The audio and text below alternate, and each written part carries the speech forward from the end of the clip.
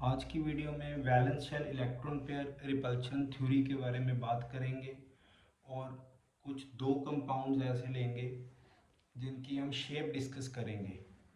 Valence shell electron pair repulsion theory का जो basic idea वो तो यही है कि जो लोन पेयर और लोन पेयर में आपस में रिपल्शन होगी वो सबसे ज़्यादा होगी किससे? लोन पेयर बॉन्ड पेयर की रिपल्शन से और बॉन्ड पेयर रिपल्शन से। तो इस थ्योरी के जो बेसिक आइडिया वो यही है कि लोन पेयर रिपल्शन और लोन पेयर रिपल्शन, फिर बॉन्ड पेयर रिपल्शन।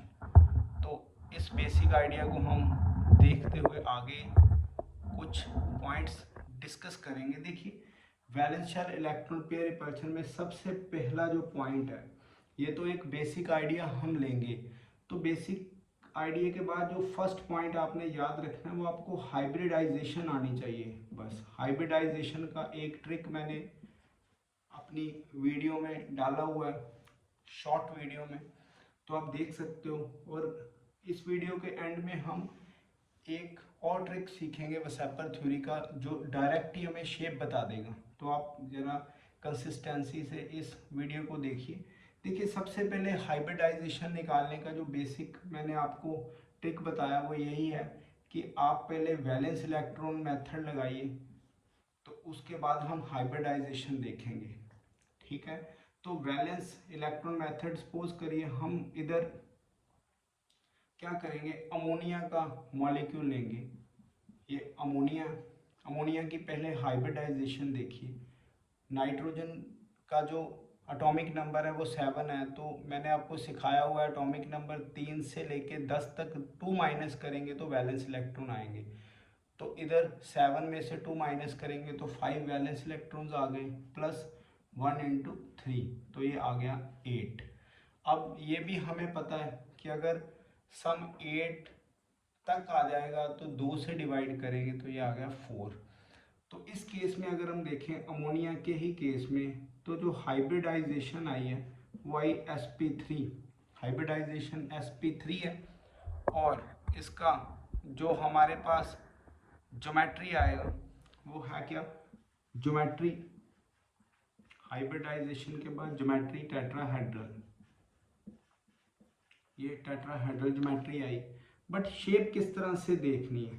देखिए, शेप के लिए हमारे पास जो मेन जरूरी पॉइंट है वो याद रखने वाला ये है कि हमें वैलेंस इलेक्ट्रॉन निकालने आने चाहिए। तो देखिए, वैलेंस इलेक्ट्रॉन किस तरह से निकलेंगे।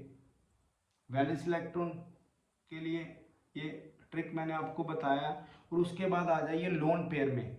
शेप के लिए लोन पेयर किस तरह से देखनी है? देखिए, लोन पेयर निकालने का एक तरीका ये है कि आपने जो इसका रिजल्ट आया हाइब्रिडाइजेशन निकालने के दौरान, उसमें से साइड एटम माइनस करिए। साइड एटम हमेशा वो होंगे जो नंबर्स में ज़्यादा है। तो जैसे 3 है तो ये आ गया 1। इट मीन्स अमोनिया में लोन पेयर है 1। तो अगर हम इसकी शेप देखें तो किस तरह से हैंडलिंग करेंगे। देखिए, नाइट्रोजन अगर हम इस तरह से लगाएंगे तो ये बेसिक टेट्राहेड्रल शेप है। अब लोन पेयर लगानी है तो जब सिंगल लोन पेयर है तो वर्टिकली हम लगा के यहाँ पे रखेंगे, ये हाइड्रोजन। तो जब लोन पेयर आ जाए तो उसको आपने देखना नहीं है, ये आप इसको अगर हाइड करके रखें तो ये हमारे पास एक शेप आएगी जो आएगी पिरामिडल शेप। तो शेप के लिए लोन पेयर बड़े जरूरी है। तो यहाँ पे कौन सी शेप हमने देख ली? Pyramidal shape. तो अमोनिया की पिरामिडल शेप है और दूसरा हाइब्रिडाइजेशन sp3 है, ज्योमेट्री टेट्राहेड्रल है। और एक और पॉइंट जो देखने वाला है, जो टेट्राहेड्रल एंगल है वो है 109 डिग्री। 109 डिग्री टेट्राहेड्रल एंगल है। तो अगर हम वसेपर थ्योरी का बेसिक आइडिया देखें तो लोन पेयर रिपल्शन सबसे ज़्यादा, ऑल्दो यहाँ पे लोन पेयर तो है ही नहीं, तो आगे आइए लोन पेयर बॉन्ड पेयर में। तो ये जो लोन पेयर है इस बॉन्ड पेयर को रिपेल करेगी। जब इस बॉन्ड पेयर को रिपेल करेगी तो ये जो 109 का एंगल है ये कम हो जाएगा। तो इसका जो एंगल हमारे पास बनता है वो 107 डिग्री का बनता है। तो ये प्योरली हमने वसेपर थ्योरी के अकॉर्डिंग अमोनिया जो है वो एक्सप्लेन कर दी।